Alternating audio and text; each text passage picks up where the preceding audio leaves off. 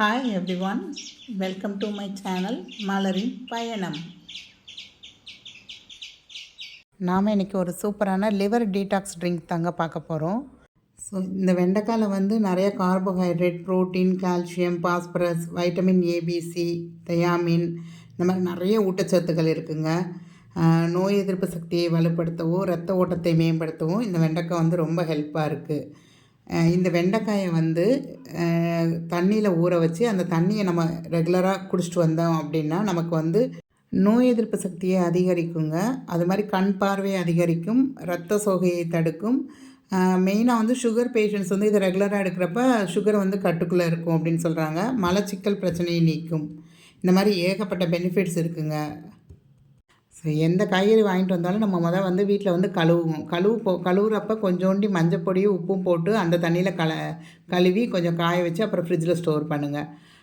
இப்போ அந்த வெண்டைக்காய் வந்து அந்த மாதிரி தான் ஸ்டோர் பண்ணியிருந்தேன் நான். அந்த வெண்டைக்காயை தான் எடுத்து ஒரு கிளாஸ் தண்ணியில் 2 வெண்டைக்காயை இந்த மாதிரி கீறி நைட்டு ஃபுல்லாக இதை ஊற வச்சுருக்கேங்க நான்.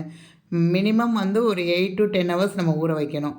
அதே மாதிரி இந்த வெண்டைக்காய் வந்து நான் கட் பண்ணி வச்சுருந்த வெண்டைக்காய், இது மறுநாள் வதக்கிறதுக்காக வச்சுருக்கேன் குழந்தைங்களுக்கு. இது வந்து மறுநாள் காலையில் பார்த்திங்கன்னா நல்லா சுருண்டு இருக்கும்.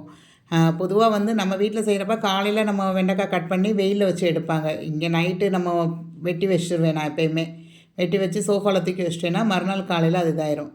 இது நெக்ஸ்ட் டே மார்னிங் பார்த்திங்கன்னா அந்த வெண்டைக்காய் பார்த்திங்கன்னா அந்த இதில் உள்ள வலுவழுப்பு தன்மை எல்லாமே அந்த தண்ணியில் இறங்கியிருக்குங்க. இதை எடுத்து காமிக்கிறேன் பாருங்கள். இந்த லிக்யூடு தான் நமக்கு கண்டிப்பாக தேவை. இது வந்து பார்க்குறப்ப ஒரு மாதிரி இருக்கும், நமக்கு சளி மாதிரி அப்படி தோன்ற மாதிரி இருக்கும். பட் இந்த தண்ணியை வந்து ஃபில்ட்ரு பண்ணி காலையில் நீங்கள் வெறும் வயிற்றில் ஒரு நாள் விட்டு ஒரு நாள் குடிங்க. ஒரு 100 ml மட்டும் குடிங்க. 100 to 150 ml அந்தளவு குடித்தா போதும். நீங்கள் குடிச்சிட்டே வந்தீங்க அப்படின்னா ரெகுலராக சுகர் இருக்குது அப்படின்னா கண்டிப்பாக சுகர் கண்ட்ரோல் ஆயிருங்க. அதே மாதிரி நோய் எதிர்ப்பு சக்தியை அதிகரிக்கும், கண் பார்வை கூடும். இது மாதிரி ஏகப்பட்ட பெனிஃபிட்ஸ் இருக்குது இந்த வெண்டைக்காய்க்கு. ஸோ நான் வீக்லி வந்து எப்படியும் ஒன்ஸ் வந்து வெண்டைக்காய் வச்சுருவேன். அப்போ என்றைக்கு வாங்குறேனோ அன்னைக்கு மட்டும் இந்த மாதிரி கட் பண்ணி போட்டு குடிச்சிக்கிறது. இது நல்லது அப்படிங்கிறக்காக நம்ம டெய்லி எடுத்துக்கணுங்கிற அவசியம் கிடையாதுங்க. வீக்லி த்ரைஸ் ஒரு 3 தடவை எடுத்துக்கிட்டிங்கன்னா கூட போதும். அது ஏன்னா இது அடிக்கடி நீங்கள் எடுக்கிறப்ப இது வந்து கிட்னியில் ஸ்டோன் ஃபார்ம் பண்ணும் அப்படின்னு சொல்கிறாங்க.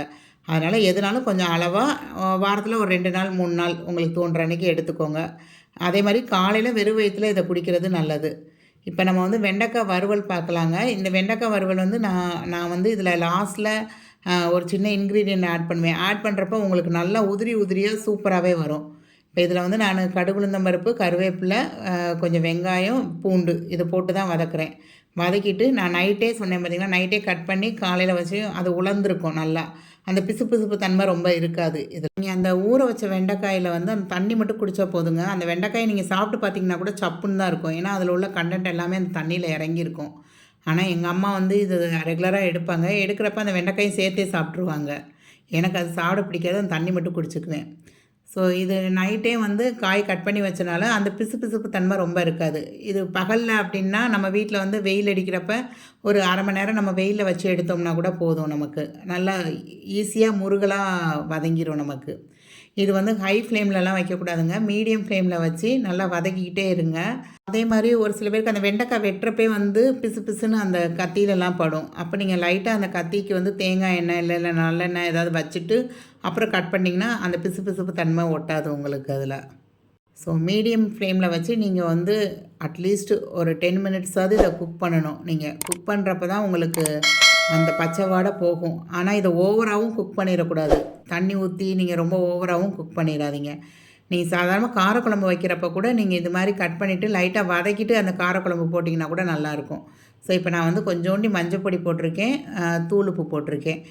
இதுலேயே வந்து நான் ஒரு 2-3 பச்சை மிளகாய் மட்டும் கட் பண்ணி போட்டிருக்கேன். நான் நைட்டு வெட்டுறப்பே அதில் 2-3 பச்சை மிளகாய் இருந்தது, அதையும் சேர்த்து வெட்டி போட்டுட்டேன் நான். இதில் எந்த காரப்பொடி எதுவுமே சேர்க்குறதில்ல. இது நல்லா ஓரளவுக்கு வதங்கினக்கப்புறம் நான் வந்து கொஞ்சோண்டி அரிசி மாவு தாங்க போடுவேன். ஒரு கை அரிசி மாவு மட்டும் நம்ம தூவி விட்டோன்னு நினச்சிக்கோங்களேன், அப்படியே அந்த பிசு தன்மை எது இருந்தாலும் அந்த அரிசி மாவோட ஒட்டி நல்லா மொறுன்னு ஆயிரும் உங்களுக்கு. இது அதுக்காக நீங்கள் ரொம்ப டீப் ஃப்ரையும் பண்ணக்கூடாது. பண்ணிட்டீங்கன்னா இதில் எந்த ஹெல்த் பெனிஃபிட்டும் கிடையாது உங்களுக்கு. இப்போ பாருங்கள், நான் அரிசி மாவு போட்டு உங்களுக்கு எடுத்து காமிக்கிறேன். அந்த இதில் ஒட்டவே ஒட்டாது. இது வந்து எங்கள் பாட்டி வந்து இது செய்வாங்கங்க. கோவக்காய் பொரிக்கறி, ஏதாவது ஒரு பொரிக்கறி வைக்கும் போதில் கொஞ்சம் மொறுமொறுன்னு வரணும் அப்படின்னா ஃபினிஷிங்கில் வந்து லைட்டாக அரிசி மாவு மட்டும் போட்டு அப்படியே ஒரு பெரட்டி எடுத்துருவாங்க. நல்லா மொறுமொறுன்னு வந்துடுங்க சூப்பராக. இது வந்து குழந்தைங்க வேண்டான்னே சொல்ல மாட்டாங்க. உங்களுக்கு இது சப்பாத்தி ஏதாவது வச்சிங்கன்னா கூட நீங்கள் சைட் டிஷ்ஷாக கூட வச்சு யூஸ் பண்ணலாம். இந்த அரிசி மாவு போடுறப்ப நீங்கள் அரிசி மாவு போடாமல் நீங்கள் நான்வெஜ்ஜு சாப்பிடுவீங்க அப்படின்னா இந்த மாதிரி நடுவில் பெரட்டிட்டு ஒரு முட்டையை உடச்சி ஊற்றி அந்த முட்டையை கூட கலக்கலாம். நீங்கள் வெண்டைக்காயும் முட்டையும் கலந்து சாப்பிட்றப்ப இன்னும் டேஸ்ட்டாக இருக்கும். சப்பாத்திக்கெலாம் தொட்டு சாப்பிட்றப்ப இன்னும் நல்லாவே இருக்கும். கண்டிப்பாக நீங்கள் இந்த அரிசி மாவு போட்டு ஒரு தடவை ட்ரை பண்ணி பாருங்கள், உங்களுக்கும் பிடிக்கும். அதே மாதிரி முட்டி வலி அதிகமாக இருக்குது, நீ பெயின்லாம் இருக்குது அப்படின்னா கண்டிப்பாக நீங்கள் இந்த தண்ணி வெண்டைக்காய் தண்ணி குடிச்சு பாருங்கள். கண்டிப்பாக அதுக்கும் உங்களுக்கு ரிலீஃப் கிடைக்கும். லாஸ்ட்டாக ஒரு மிளகு சீரகத்தூள் மட்டும் தூவி இதை இறக்கியாச்சு. பருப்பு சாதம், ஏதாவது லெமன் சாதம் இதுக்கெலாம் இதை சைட் டிஷ்ஷாக வச்சு சாப்பிட்டிங்கன்னா சூப்பராக இருக்கும். தேங்க்ஸ் ஃபார் வாட்சிங் த வீடியோ. கண்டிப்பாக லைக் பண்ணுங்கள், கமெண்ட் பண்ணுங்கள், உங்கள் ஃப்ரெண்ட்ஸுக்கும் ஷேர் பண்ணுங்கள்.